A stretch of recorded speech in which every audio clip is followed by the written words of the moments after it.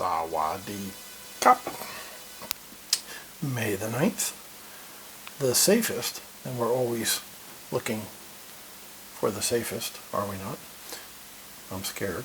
Are you scared? If you're scared, just say you're scared.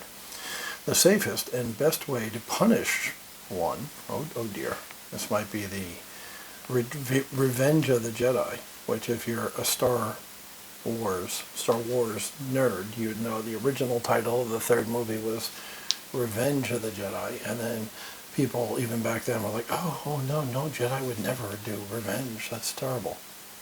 Even though the dark side, whatever, fucking deserved it, they were cocksuckers. So they changed the name to Return of the Jedi. Okay, that's Mr. Potato Head and Aunt Jemima territory, but whatever, made everybody happy. So the safest and best way to punish one who has done you an injustice. Okay, so somebody did you wrong, and you're going to punish them, is to do him or her a kind deed in return. Alright, I'm going to have trouble getting on board with this one. Hello, somebody wants me. It's nice to be wanted. Or somebody's annoying me or wants something from me. More like it. Anyway, I'm going to have a tough time with this one today because the safest and best way to punish one. Now, if you're going to punish somebody, that they did you dirty. I mean, they did you wrong. So what the... do him or her a kind deed? Like turn the other cheek type stuff from the Bible? I'm going to struggle with this one, guys. I struggle with some of them. I'm going to struggle with this one. People will always respond in kind, even in greater measure than that which is delivered to them. I disagree with that. It hasn't been my experience. I like to keep it real. It's positive.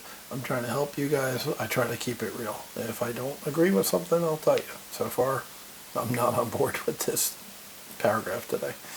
I don't think people respond in kind. I think people take from you. And what I say is, so what? It doesn't matter. And if somebody only takes from you, stop giving to them. If somebody does you dirty, don't do business with them. Don't kill them like I would sometimes like to do. But don't do business with them again. Don't hang out with them if they do you dirty, right? Just move on with your life. And what do I always say? Focus on you. Don't focus on the dirtbags. Don't focus on the nincompoops who don't share your vision or your goals. Just you do you and let them do them. They do you dirty, they're scumbags. Fucking let them go be scumbags. Let them wade in their cesspool. Because I do think that bad things will happen to them. I do think karma stuff will come into play and they're not going to have a good life. But you don't have time to deal with that. You're not a social worker. You're an entrepreneur. This commonplace need for retaliation can be replaced with response designed to convert an enemy into a friend. I think there should be enough people in your life who want to be your friend. You shouldn't have to convert enemies into friends. If you get rid of the millstone of pride, you can respond to an injustice with a kind deed. All right, maybe I'm too proud, maybe too prideful. I don't know. I'm not buying any of this so far. It may take time to make this work. Time that you could better spend working on your goals, in my opinion, right? It may take time to make this work, but if you treat those who dislike you with unfailing kindness, they will eventually succumb to your influence and retaliate, quote unquote, in kind. In other words, show you kindness. If they're not of the mindset where they're going to show you kindness up front, do you really need them in your life? Do you have that few friends and supporters that you need to recruit ones who aren't naturally that way? I don't think it's your job to change anybody. I think they need to change on their own because they want to change. Once again, my opinion. As Napoleon Hill said, I remember this is like Ed and Mike or something, quoting Napoleon, "The hottest coals of fire ever heaped upon the head of one who has wronged you are the coals of human kindness." Okay, right? Napoleon said that, good for him. Napoleon was very religious. I'm not. You are, you're not. I don't know, but either way, I mean, it was one thing, turn the other cheek. It's another, turn the other cheek and let them slap you and keep kissing them. I just turn the other cheek in your ass cheek as you're walking out the door is my solution to this scenario. just me.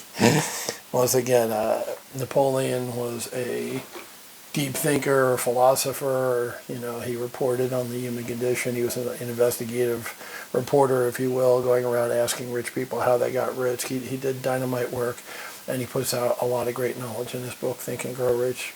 And there's a lot of good words of wisdom from him in this book, I think. I think there's been times when I said, wow, that's a home run, wow, that's a nugget. What I took away from today was this.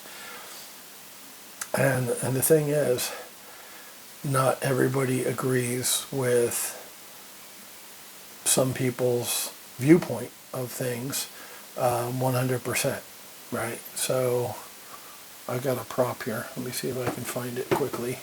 Otherwise, I'll just move on. Yes, I found it. I'm old, so sometimes it's hard for me to read small print. Yes, that's how bad getting all this. So I have this little gushmuggy here. That'll scare the shit out of you. Nose hairs, right? So sometimes when I'm reading real small print, like on labels in Thailand, they make the labels really fucking tiny. So it's like you put the magnifying glass on it and you can see it a lot better. It's easier to read small letters with this thing. I got the big ass fucking goggles, Coke bottle, that I've had since second grade, and I still need this shit. That's how bad my eyesight is. Anyway, so you notice there's two sides. So here, if I put this in front of my face, it's one way, and then here it's another. See? Remember going to the eye doctor? A or B. A or B. Right? Remember that from the eye doctor? So, depending upon who you are, that view, the magnifying glass is with the two different sides. Well, there's billions of people on Earth, 7.8 billion or something. I looked up during COVID when I was looking at the numbers of the deaths and all that stuff and the percentages. 7.8 billion people on the planet.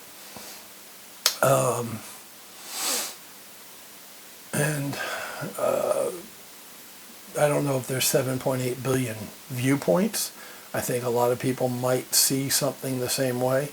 But have you ever seen on Fuckbook where they show a dress and they say what color it is, and some people think it's green, some people think it's gray, some people think it's white, some people think it's blue, whatever. There is different perspectives. Maybe not 7.8 billion perspectives, but there are different perspectives. There's more than two, like on that magnifying glass, and there's less than 7.8 billion. So Napoleon and I, or the interpreters of Napoleon's words, don't agree today on how to handle a situation where somebody does you dirty, somebody does you wrong. I don't agree with treating them with kindness. I don't agree with treating them at all. I walk away. It's what's worked for me, and maybe it will work for you. Maybe you want to do what Napoleon does and make them a project and try to change them and all that. Okay, that's you, and I'm always going to respect and support you being you. And please respect and support me being me. So my answer to that scenario is to walk away and never talk to that person again, never do business with them, never be their friend, whatever. Because they did me dirty. Like, don't do me dirty, dude. If you're broken, and a lot of people are broken, I don't want you in my life. I want to be surrounded by positive people who have similar goals to me and are trying to achieve something like I'm trying to achieve something. I have found that that's the best relationships to surround myself with over life. And then in this book, you'll hear, in other books, you'll hear things like, your average, your income is going to be the average of the 5 people you spend the most time with, things like that.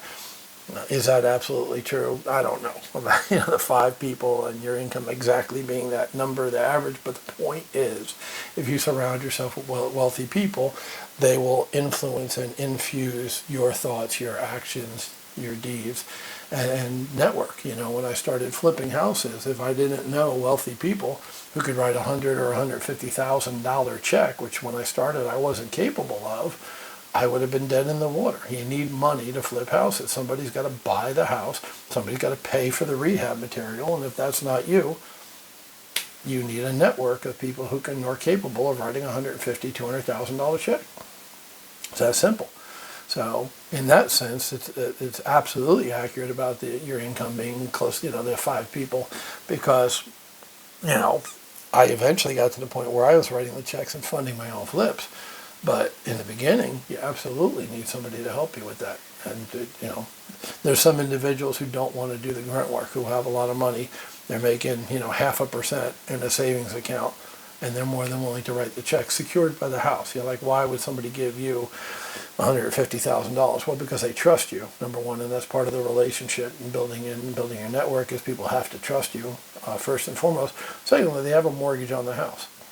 So you've got to buy a house that they believe, not fixed up, if you never touch a curtain rod, is worth $150,000.